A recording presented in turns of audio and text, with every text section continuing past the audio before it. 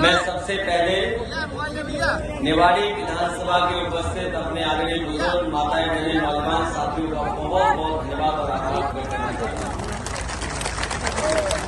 चुनाव प्रचार निवाड़ी में शुरू होने से पहले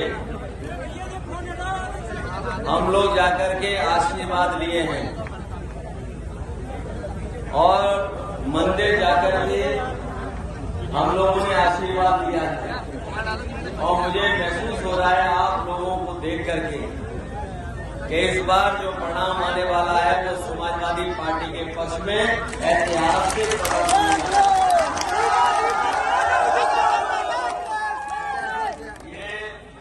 ये विधानसभा वो है जिसको हमारे विरोधी लोग भी हम लोग चुनाव प्रचार में उतरे हैं।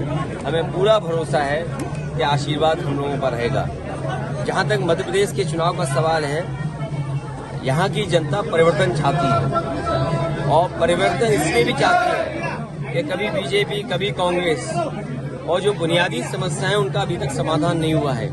आज भी महंगाई है, बेरोजगारी चरम सीमा पर है और जो आंकड़े हमें दिखाई दे रहे हैं, अगर हम आंकड़े देश के माने तो 100 में 84 लोग बेरोजगार हैं और मध्य प्रदेश के अगर आंकड़े सच्चाई से कभी भी जमीन पर पहुंचेंगे और जमीनी हकीकत के अगर आंकड़े होंगे तो 90% यहाँ का नौजवान बेरोजगार है। यहाँ के कमजोर लोग जिन पे खेतीबाड़ी नहीं है वो मजबूरी में पलायन कर रहे हैं। सोचो ये दुर्दशा हो, 20 साल सरकार एक पार्टी की रही हो, दिल्ली में एक सरकार रही हो। क्या डबल इंजन की सरकार इसलिए बनी थी कि बेरोजगारी बढ़ाएं? डबल इंजन की सरकार इसलिए बढ़ी थी कि महंगाई बढ़ाएं? ये जो बड़ी बड़ी बातें कर रहे हैं कि गरीबी रेखा से लोग बाहर आ गए हैं, अगर गरीबी रेखा से लोग बाहर आए हैं तो आप बताइए फिर 5 साल आपको राशन देना पड़ रहा है।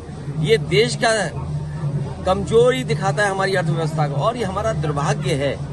और कम से कम उन लोगों के लिए सोचने का वक्त है कि इतने बड़े पैमाने पे गरीब हैं जिनका अभी भी हम जीवन यापन अच्छा नहीं कर पा रहे, जीवन स्तर बेहतर नहीं कर रहे। इसलिए विकल्प के रूप में समाजवादी पार्टी को यहाँ जनता चुनने जा रही है, जिताने जा रही है। दीपक यादव और उनकी पत्नी पहले भी विधायक रहे हैं।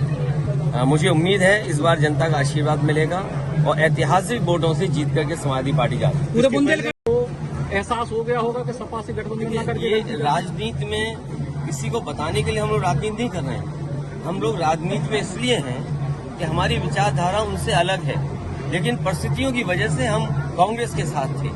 लेकिन कांग्रेस को महसूस हुआ कि समाजवादियों की कोई जरूरत नहीं है, इसलिए हमें दूर कर दिया। हम समाजवादी लोग अपनी पार्टी को खत्म नहीं कर सकते। जिस विचारधारा को नेताजी लेकर के चले, डॉक्टर राम मनोहर लोहिया नेहरू जी के खिलाफ लड़कर के इस विचारधारा को आगे बढ़ाए हैं, तो उस विचारधारा को हम खत्म नहीं होने देंगे। कांग्रेस चाहती है कि समाजवादी विचारधारा खत्म हो जाए। हमारा संकल्प है कि समाजवादी विचारधारा को यहाँ और फैलाएंगे। तो क्या इंडिया